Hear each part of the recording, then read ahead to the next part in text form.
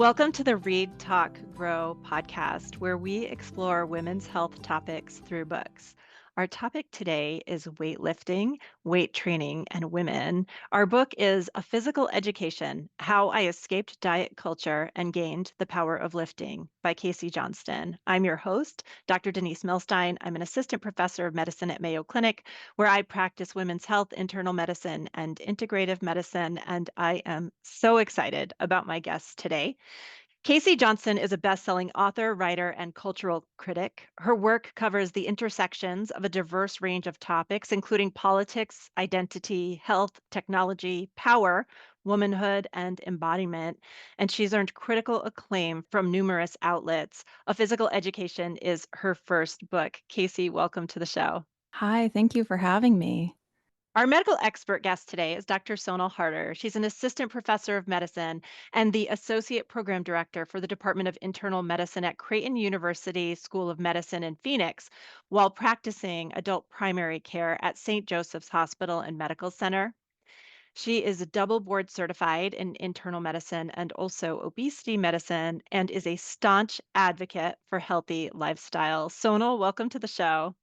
Thank you so much, Dr. Millstine. A Physical Education is part memoir and part science writing that chronicles Casey's personal transformation from a life shaped by diet culture and restrictive exercise to one of strength, self respect, and empowerment through weightlifting. From Casey's website, she writes, "It's a journalistic exploration of the wide ranging history, science, and psychology of strength, braided with her personal story of learning to lift weights." I'm excited to cover this topic that many women will have considered and then probably shied away from, which is weightlifting. Okay, you both know how Read Talk Grow works. We discuss books that portray health topics in an effort to better understand health experiences and experiences that impact health through story. In this case, we'll talk about weightlifting. So, Casey, in 2014, you pivoted your approach to exercise and strength training by turning to weightlifting, which you then wrote articles and converted to a newsletter about. What inspired you to turn that writing into this book? So, I actually started working on this book not long after I started writing about lifting. And at that time, I had been lifting weights for a couple of years when I started my column, which was called Ask a Swole Woman. But it was a really sort of nonlinear, circuitous process to figure out what shape this book should take and what areas it should cover and cross into. And I think I had a sort of notion in me that I also wanted to help people get into lifting, because the number one question people would write to me about was like, how do I get started with lifting? So I had to kind of separate that out from the story of it, which was much more, I don't know, I had to figure out how to integrate how much of myself to integrate, and also honor my inclination to explain some of the science of this and some of the concrete aspects that I think are not well communicated, or at least weren't at that time. I think we're getting better and better at talking about the benefits of strength training for everybody and not just like 25-year-old men. But yeah, there were a lot of pieces that I wanted to bring together.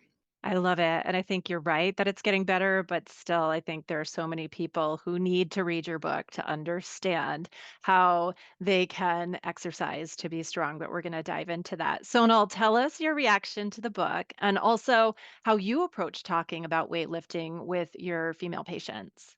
Casey, first of all, this was such a great read. I have to tell you, like, I so related to your entire book because my story is similar, but I started a little bit later than you did. So it was 2020 pandemic. Up until that point, actually, I was all into cardio. I did a bunch of HIIT classes all over the town. There was no structure. I looked great. I thought I was doing the best thing for my body until the pandemic hit. And I think this is where I started reading a little bit more about strength building versus having a specific weight on the weighing scale, which is what I obsessed about for many years. Now, although I'm not a marathon runner like you are, I did obsess about very similar things that you write about in the book. Denise, going back to your question about how do I approach this with my patients. So, one of the things that I do, number one, is establish trust before I talk about this topic. That's critical because a lot of times, we are given such information that's misleading, and there's so much shaming. I do obesity medicine now quite a bit, and there is so much shame in that field that I tread cautiously. I see where my patients are in general in terms of what is their understanding about exercise, strength training? What are their barriers and concerns about training? Or do they have resources? Do they understand what is the difference in cardio? And as you know, I work in a downtown hospital and I see a lot of people from different aspects of life. Not everybody has the education or means or resources. So, number one is establishing that trusting relationship where I make sure that my goal is metabolic health. It's not a certain weight on the scale, it's not the way people look or they appear. It's across the board, right? And so, number two is understanding what are the concerns and barriers around this topic. What is their understanding of resistance training and strength training? And reframing this weight training concept as how about we discuss improving your metabolic health? And that gets attention. That's like most people want that, right? Most people want to prevent diabetes and metabolic syndrome. So when you use language like that, I want you to process your insulin in your body better so you have longer, fitter body. How do I get you to a point where you are very fit and independent in your 50s, 60s, and 70s? So that gets those conversations open and a lot of open-ended questions in this area. Well, and Casey, I think this mirrors a lot of your early experience with exercise.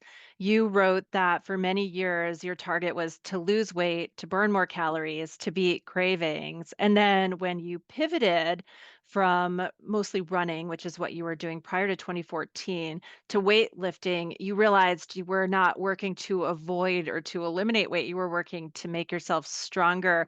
Will you tell our listeners how different that was compared to prior? Yeah, I really was fully invested in like what's the weight on the scale, like how many minutes of cardio I'm doing and it's never enough, and like how many calories are burned per minute of that cardio, and what food does that sort of equate to? What food am I now allowed to eat because I've burned X number of calories? So it was a real paradigm shift for me to move away from that structure of how all of those pieces fit together, which for me, they had never really fit together that well. I was never doing enough, and I felt like the more that I did, the less sort of impact that it had, both in terms of my physical appearance. I just wanted to get to a place where I didn't have to think about all of this quite so much, and I was never getting to that point of set it and forget it was almost how I thought of it, which is that rotisserie chicken oven infomercial, right? Like, I just wanted to not have to think about it, and I was only having to think about it more and more. With lifting, the pieces seemed like they fit together so much better. I didn't have to diet really. Like you ate to support the lifting and you also rested to support the lifting. And then when you rested and you ate, you lifted, you were able to lift better. You felt better in the gym. The weights went up. I was able to, and you need these sort of inputs in order to build muscle, which I didn't even know you could lose muscle really as a young person. I thought muscle was just kind of there. I thought muscle loss was like for only for older people. Turns out it's one of the things that your body will consume when you don't eat enough food. You need protein. Your body will sort of process away your muscle in order to help sustain what muscle you do have.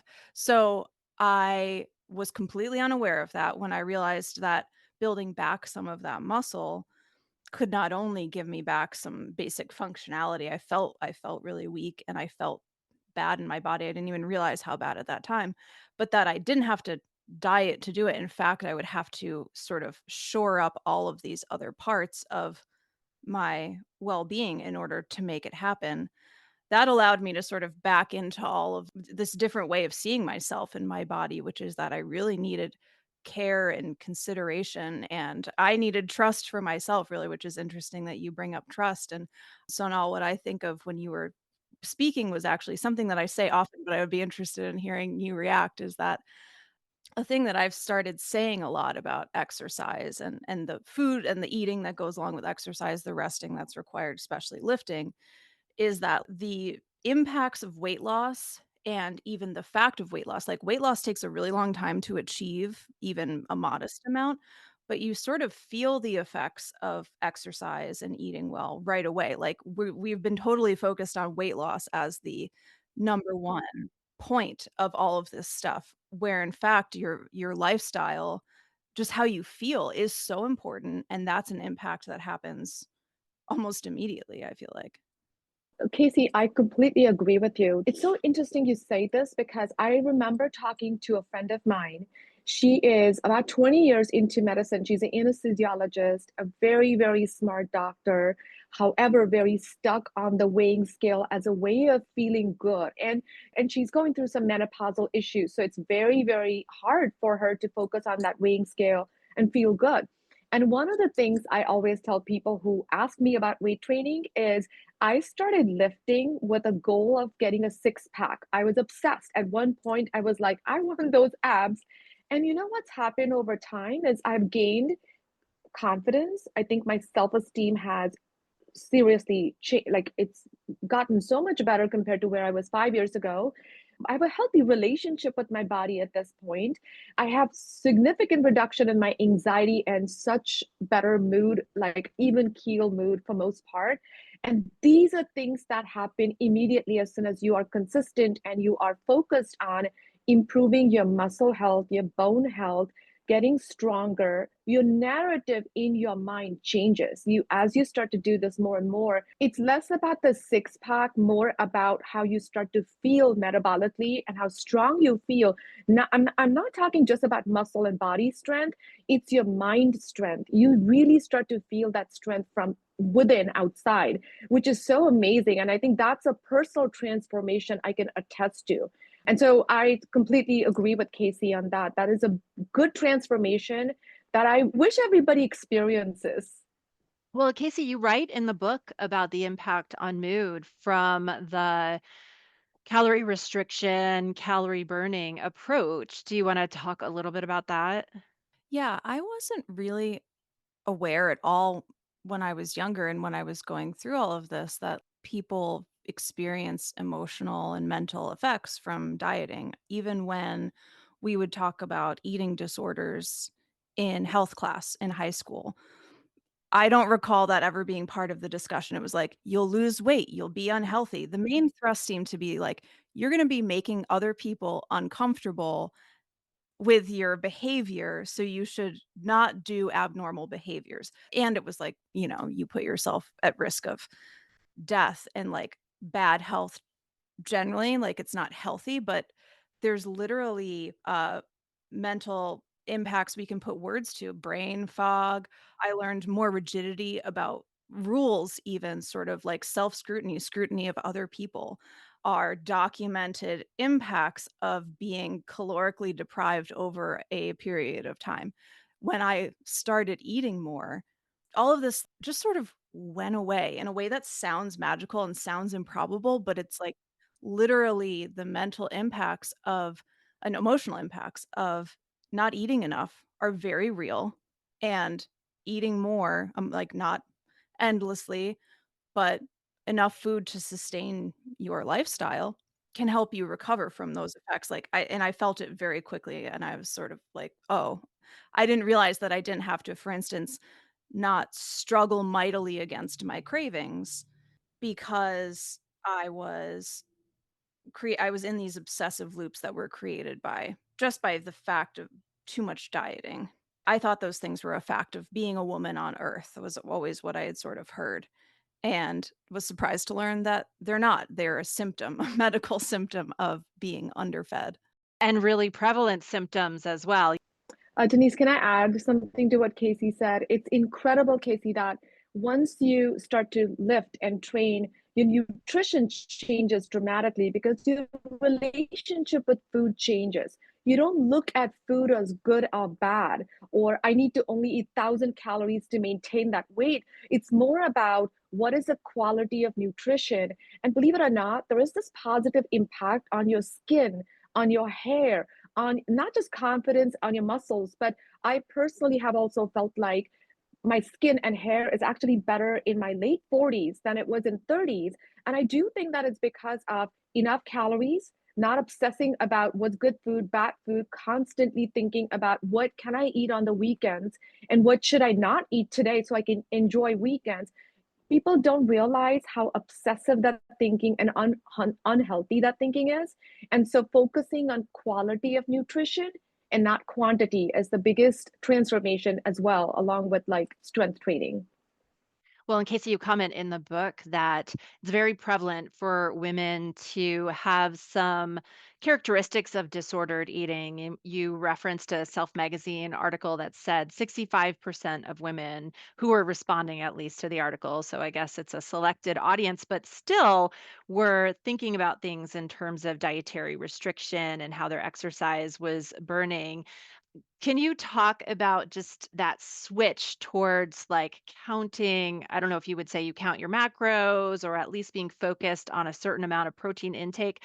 What was that literal mathematical switch that you made when you started lifting? Yeah, I mean, I worry often that people think I just swapped one thing for another, but I think in the details of it, it's markedly different in so many ways. So one of the things I wanted to highlight in this book was the study that I had run across, which was while we hear a certain small percentage of women or even people in general experience an eating disorder, a sort of clinical level eating disorder. There's a much larger population of people. It is the vast majority of women, at least who were responding to the study, as you said, who experience symptoms of what I would call a broader disordered eating. They have disordered eating patterns, disordered perceptions of their body.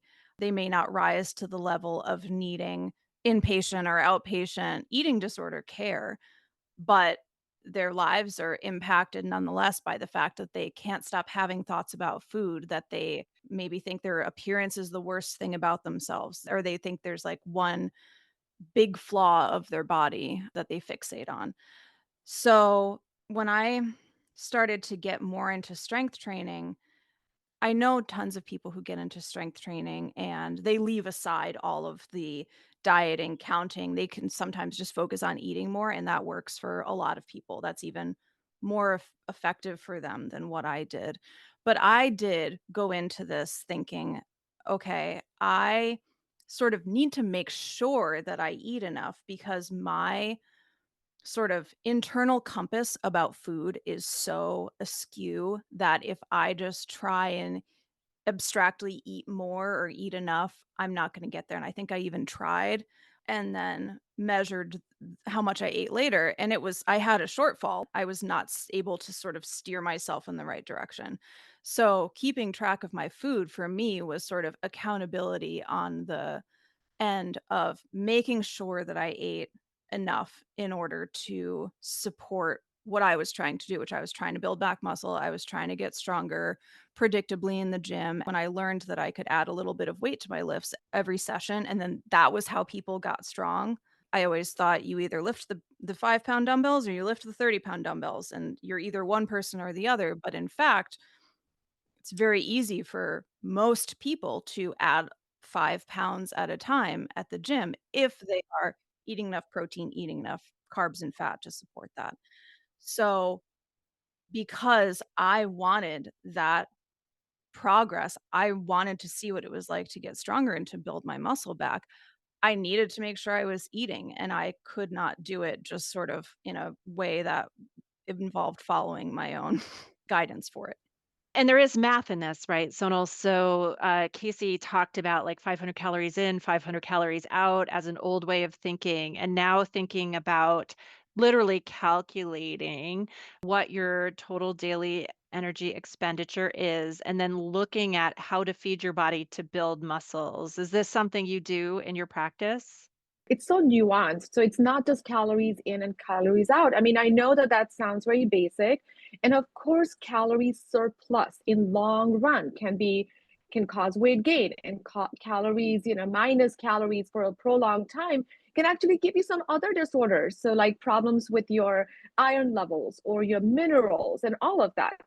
When I have conversations with my patients, I always say that your calories are not just influenced by your willpower. It's a lot more than that. It's like your daily movement, your daily activity level, your genetics, your hormones, your quality of sleep, your stress levels, your other medical condition, if you are taking medications, right? So it's multifactorial. So it's very inappropriate for someone to come up with a formula that works for everybody.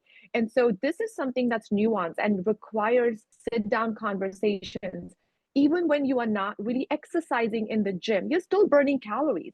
And how can you do little things even in those moments to keep your muscle and your body active? People who have desk jobs, for example, with the pandemic, we have this surge of people working from home. And what's happened is we have Uber Eats, we have DoorDash, people are moving less, people are going to the stores less. And what that's done is our daily movements have gone down and people are taking lesser and lesser steps. Now, why do steps matter? Because they do contribute to about 25% of metabolism and energy burn, even when you are not exercising at the gym. So the concept that you can move your body whenever, whichever you can, and that is actually saving you from getting metabolically unhealthy. That's a big concept that I'm very focused on in my practice. I love that. I say to my husband all the time, the world is my gym. And so I really like to see Yes. some of the impacts of my own weightlifting when I can throw my suitcase up in the bin in the airline and not have to ask somebody for help. And it means I can pack more books on each trip because it's all right that it's so heavy. I can handle that.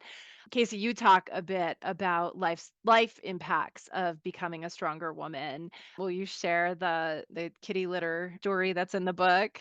Yes, I characterize in the book one of my main nemesis. I mean, I think I'd never thought about how being an adult in the world required quite so much physicality.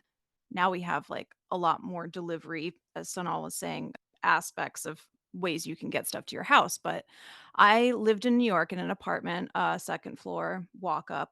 And when you live in New York, generally speaking, as a young person, you don't have a car. So I had two cats and I did not have any money. And I needed to be as economical as possible about a lot of things, including cat litter. I had to buy my cat litter in these giant 40-pound boxes, and it was the bane of my life to go to the grocery store, wrangle a 40-pound box of cat litter off the shelves into a cart, out of the cart, down several blocks to my house, up the stairs, and then pour it into the cat litter box. This was very, very difficult. And I think it would have gone on being difficult for it, like, is like 40 pounds is heavy. And, a box of cat litter is an awkward object and it's dense and it only has this tiny little plastic handle. So when I learned to lift weights, like 40 pounds is a lot in terms of daily tasks. Like if you're picking up a 40-pound child, a 40-pound bag of dog food, a 40-pound bicycle, there's lots of things that are in that sort of like 20 to 50-pound range that you have to physically deal with as a adult in the world. But you can get to the point of lifting 40 pounds, as I was describing earlier, in the gym in these ways that will translate so well to real life. And adding 5 pounds every session, that means in a matter of weeks, you can be picking up 40 pounds. And that's like a skill that is available to everyone. And I think that was one of the first things that I realized had gotten so much easier very quickly was dealing with this box of cat litter that used to be completely impossible.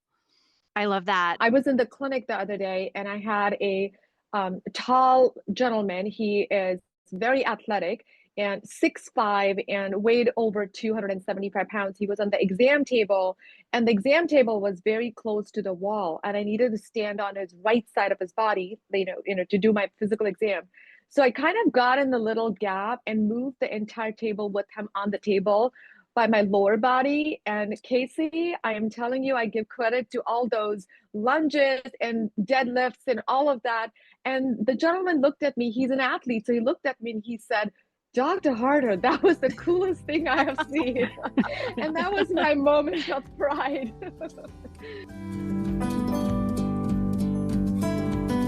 Hey, listeners, we hope you're enjoying this episode of Read, Talk, Grow.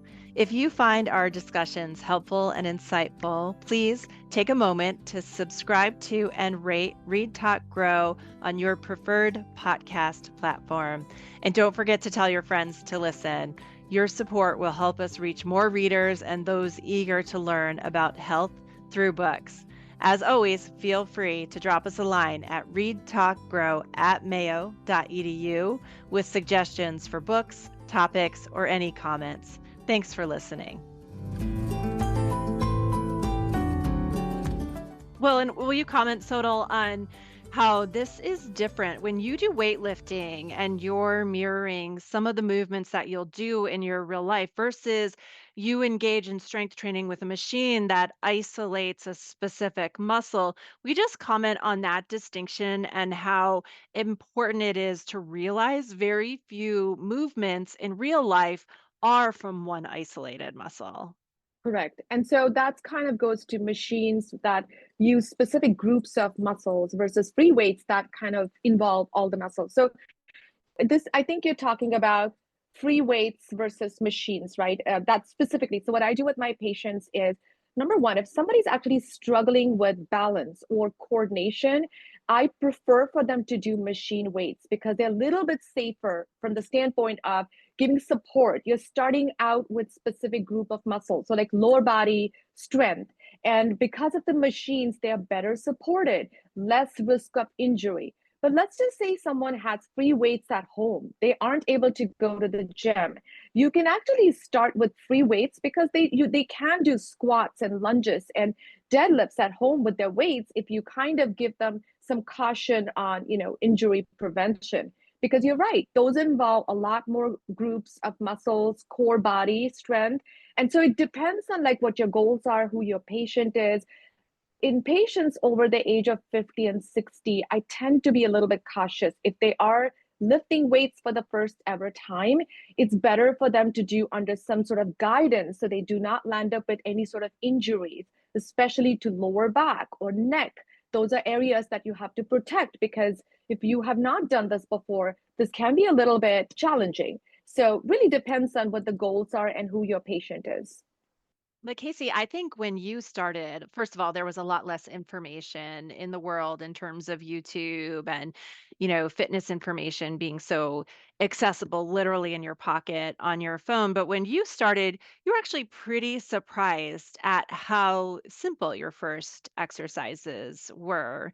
Will you share what you did when you first went to the gym? Yeah, I mean, totally, I agree that machines have a place in the world, but I think I made the mistake that a lot of people make, which was that when you go to a gym, so much floor space is taken up by all of these fancy looking machines that you presume that that's the tool that you are supposed to default to.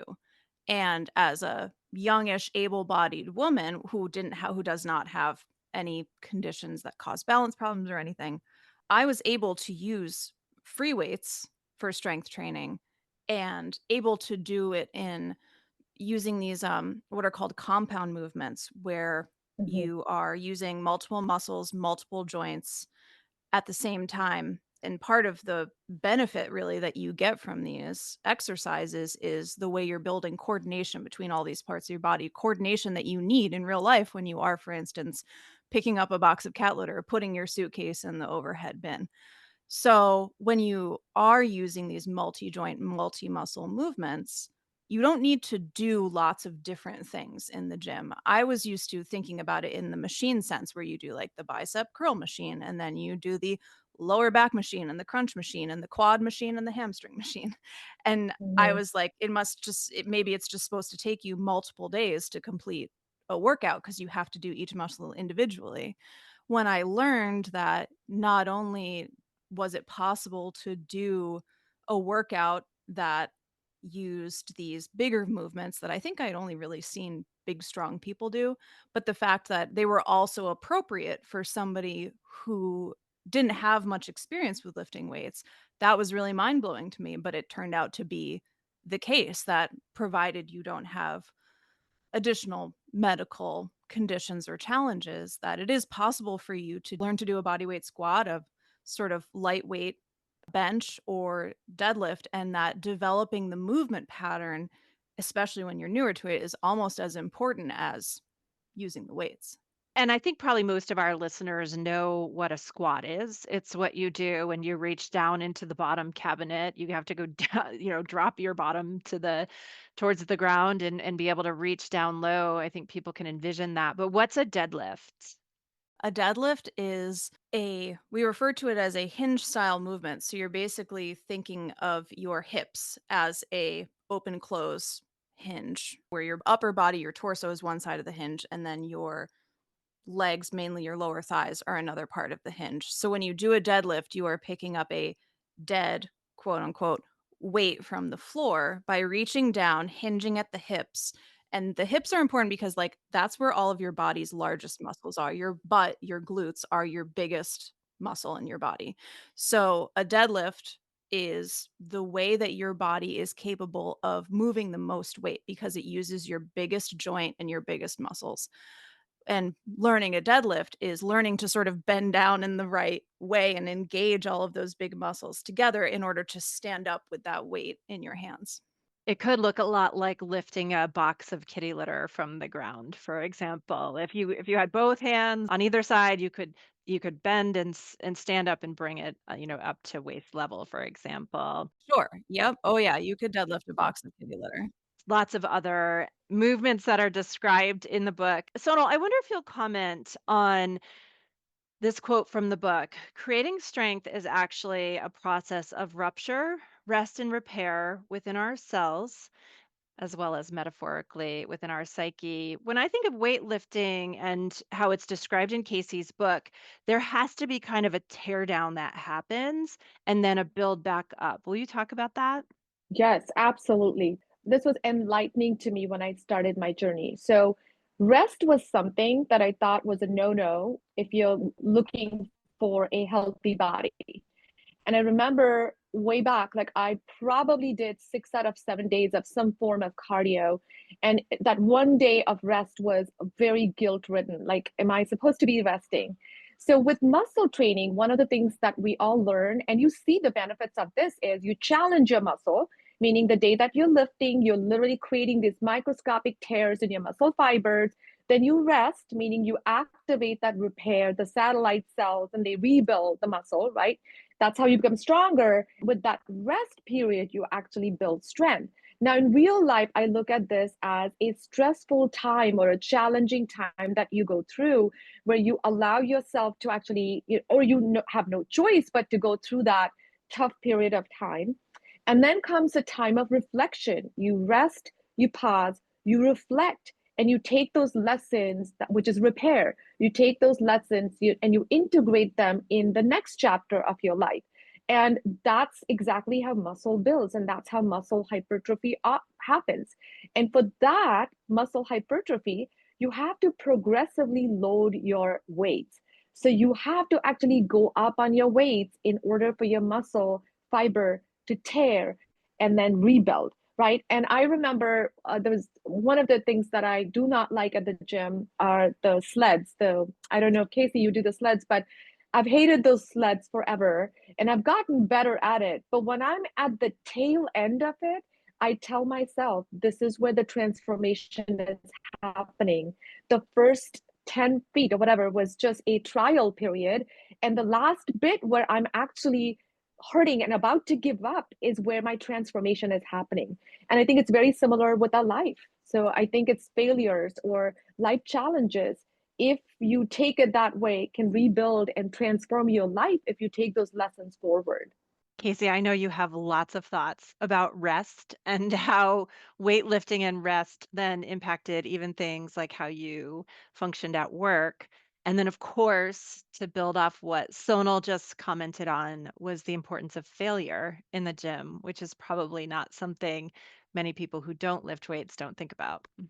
Yes, I had also similarly rest in my mind was this thing, it was the enemy. It was the thing that you were supposed to do as little of as you could. And you could connect this back to like, when I got into running, it was peak hustle culture time and it was peak Great Recession time also, where everyone was like, we're going to make do and we're going to like work our 3 jobs and we're not going to sleep. We're going to do polyphasic sleeping. We're going to sleep 20 minutes a time every 4 hours and only sleep 3 hours a day and it's all going to be great. And I had no concept of how resting could be complementary to exercise, when in fact, I felt that when I learned about lifting, it was so much more built into the process. It was required in order to, as Sonal is saying, to build the muscle. The muscle is not built really in the gym. The the muscle is built in the rest time and when you are recovering after when you eat your food, the muscle builds back a little bit.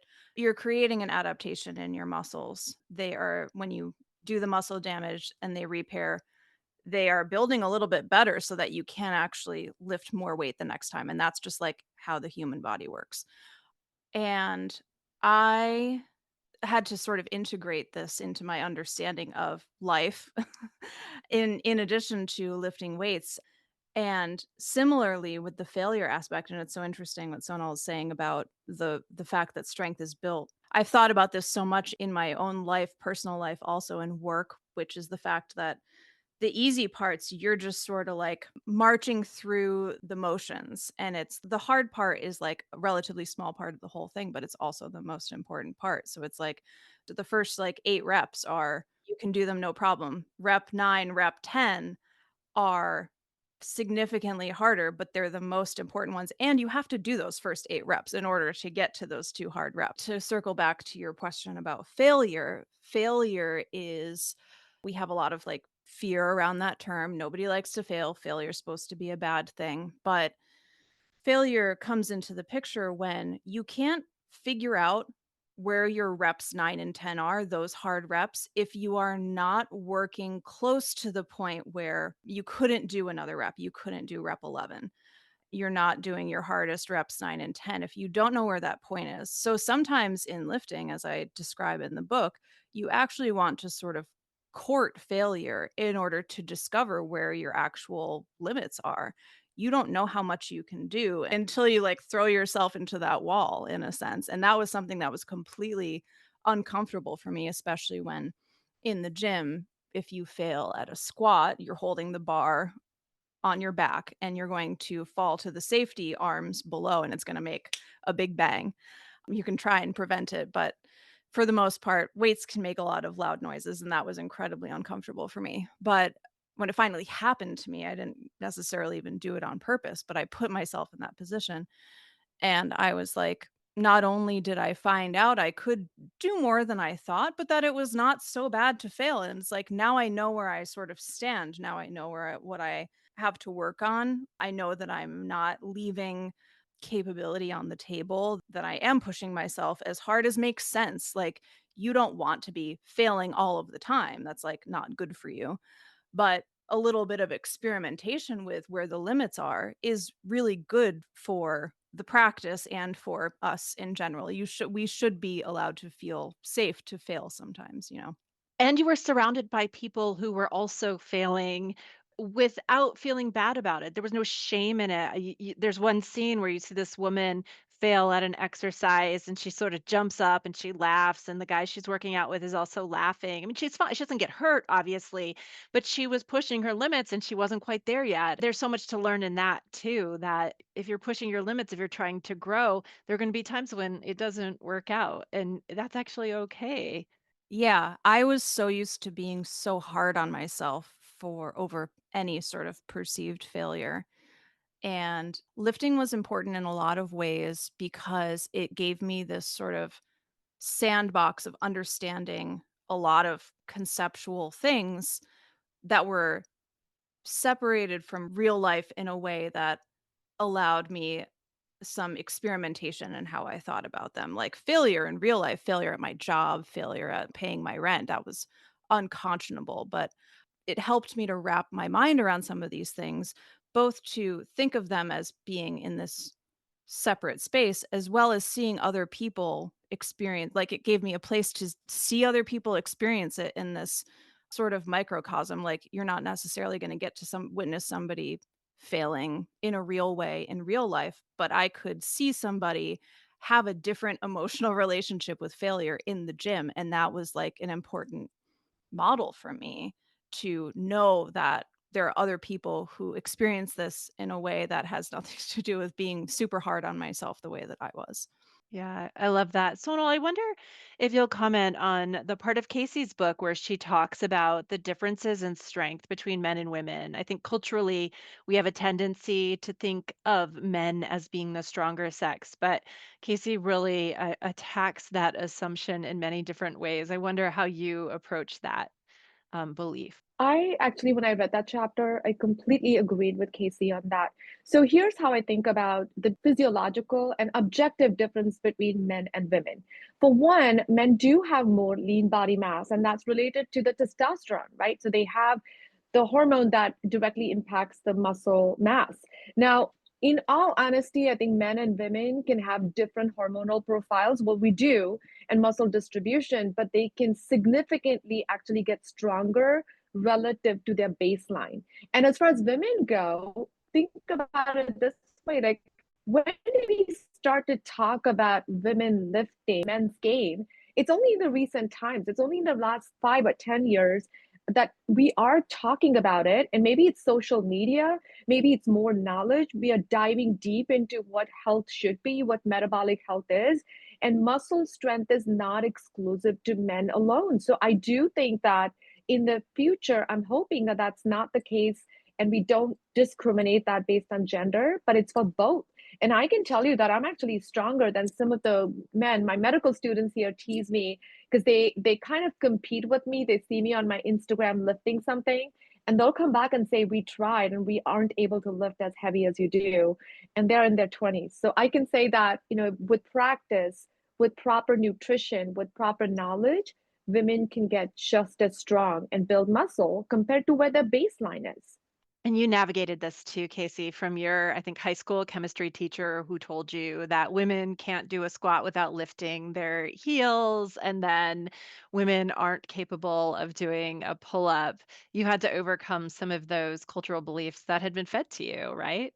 Yeah, there are a lot of weird ones, and I think there's still quite a bit of belief that because women, for instance, can't get as strong as men in the strict sense of if you gave a woman and a man, even of the same size, the same amount of training for the same amount of time, a man would be able to lift a raw maximum amount of weight, like let's say deadlift 600 pounds. A woman might only be able to deadlift 400 pounds only, quote unquote. But women, because of their hormonal makeup, or there's probably multiple factors, we haven't really looked that much into how women are strong in a unique way or why women are strong, but it's a relatively accepted fact in the strength training community that the way we would explain it is they can do more reps at a weight that is closer to their max than men can typically. Like, all of this is sort of painting with a broad brush, but so this example woman might be able to, her max might be 400 pounds,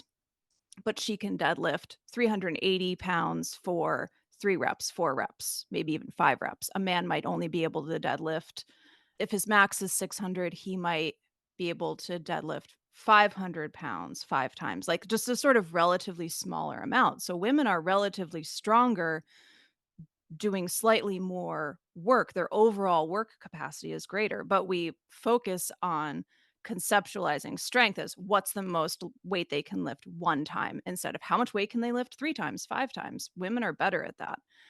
There's a lot to overcome. There's a lot of work that has not been done, a lot of science that is still to be scienced about what are the unique offerings of older people, women, and a lot of the research is focused on young men, trained men, and what their hormonal profiles are good at and not what the contributions of women are. Yeah, I think this is so important. And we've talked about it before on the show regarding how women have been excluded from scientific studies for literally decades. And then how much of the science that we operate on was done in men and extrapolated to women, which is completely unfair. In addition to your point, Casey, which is going back to this being strong for your lifestyle, if you're chasing around a toddler, you would much rather be wanting to lift that smaller toddler up more times in a day than you would want to be able to lift one time your, pre-teenager or whatever that might look like. So, okay. We'll wrap up by having both of you give a short piece of advice to our listeners who are now convinced they want to start weightlifting. What should they do first? One of my typical pieces of advice for somebody who's sort of on the precipice is oftentimes people's main option for getting into lifting is to join a gym. And I really encourage people to sort of separate the accomplishment of a workout from getting used to the gym. You should think about going to the gym as like it's a new place. You're allowed to get comfortable for a while. You can go and just sort of post up on a treadmill and walk and just absorb the vibes of the gym and see like where do people do things? Where do they stand when they cuz you'll run into these like questions if you try to do a workout. You'll be like, I don't know where to stand. I don't know where the thing is. I don't know how people do this, but you can go and just watch. And you can do that as many times as you need in order to sort of get comfortable. And eventually you do want to take the next step and try to accomplish a workout. But I think it can be overwhelming for people that they're in this new environment. They're trying to work out for the first time. They're getting used to a gym. And you can separate those things. I think that works for a lot of people. I think for me, I agree with Casey, but I also start with a conversation about consistency over motivation because oftentimes I hear a lot of my patients say, once things get better, I promise I will be back at the gym. I used to do this way back in my 20s. And what I say is, habits, let's start to focus on creating a habit. And then we define your goals. Like, what are your goals? So, what are your goals that you want to accomplish when you're looking at weight training? Is it because you're going through menopause and your weight is redistributed? It's not the same body shape that you had. Your strength is weaker than before. Are you looking at bone strength? Are you looking at maintaining healthy weight? Are you looking at cholesterol? All of that. So once we have a goal, then the number two step is how do we create habits? How do we stay consistent? Let's start with something that's doable. Can you do 20 minutes? Can we commit to 15 minutes? I have patients who have not been able to exercise for a while. I say, how about 15 minutes 3 times a week? Can we commit to that? And all I want the first 4 weeks is show up. Show up as you said you will and do 15 minutes of something that makes you feel good. And once you build that habit, then it's easy to give them a little bit more homework. It's like somebody who has not done homework, you can't give them 2 hours of homework right at the get go, right? So I think defining goals, giving them very realistic goals. What are their resources? How are they achieving this? Are they doing it at home? Are they going to the gym? Do they have a trainer? And I think I base it a little bit on that and then slowly getting into it. And once people form a habit, Denise, like for 8 or 10 weeks, I feel like they start to get a little bit excited. So that's kind of my strategy around this topic. I love it. I love the idea of immersing yourself in the place and not setting too high expectations initially till you get that comfort level. And also this concept of it's not just about doing it once, but it's doing it as a habit and building it as a regular practice. It has really been my pleasure to talk to Casey Johnston and Dr. Sonal Haerter about the book A Physical Education: How I Escaped Diet Culture and Gained the Power of Lifting. Thank you both. Thank you. Thank you so much. Read Talk Grow is a product of the Women's Health Center at Mayo Clinic. This episode was made possible by the generous support of Ken Stevens. Our producer is Lisa Speckhard-Pask, and our recording engineer is Rick Andreessen. Visit our show notes to see the books discussed today and for links to other health education materials. Follow us on social media like Instagram and Facebook, or reach out directly to our email, readtalkgrow@mayo.edu, with suggestions for books or topic ideas. We'd love to hear from you. This podcast is for informational purposes only and is not designed to replace a physician's medical assessment and judgment. Information presented should not be relied on as medical advice. Please contact a healthcare professional for medical assistance if needed for questions pertaining to your own health. Keep reading, everyone.